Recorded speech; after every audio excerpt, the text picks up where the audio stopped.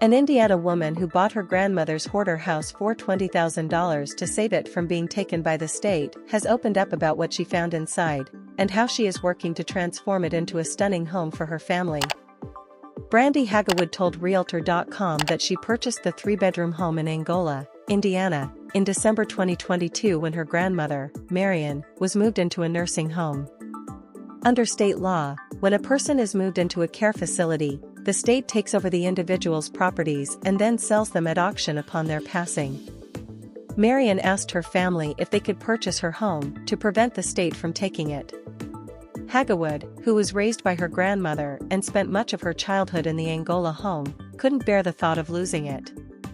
She and her fiancé made the decision to purchase it for $20,000. Marian died in August 2023, and Hagewood and her family began cleaning out the home in early 2024. She hoped to return it to the cozy, warm environment that she remembers. "My mother was an addict who wasn't around to raise me, so my grandma helped fill the role of mom to me. She was my best friend," Hagewood tells Realtor.com. "I was raised in my grandma's home, and it was a wonderful place to grow up. We had pet pigs, rabbits, raccoons, and all kinds of pets. Most of my happy memories are from that home." However, the purchase of the home and the cost of cleaning it have left Hagewood without any money to remodel the property.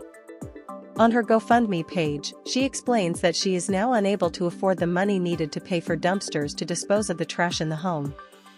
"I'm at the point where I have a whole room of trash bags in the house that needs to be tossed in a dumpster," she wrote.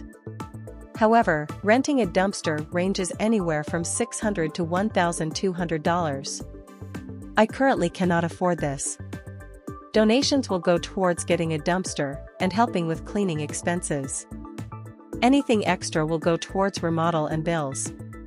Times are tough for everyone, so if you can't donate that's fine, but if you can and would like to help me save my grandmother's home, I would be forever grateful."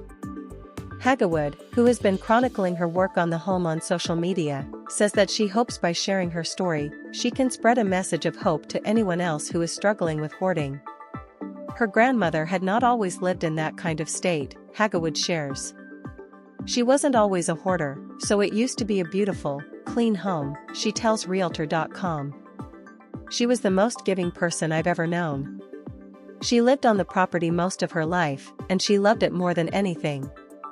Marian began hoarding in 2010 when her husband passed away, Hagewood recalls. "Family members made many attempts to help Marian clean and organize the home, to no avail. After my grandfather died in 2010 is when the hoarding started," Hagewood says. "We tried multiple times to help clean out the home, but it would end up the exact same way.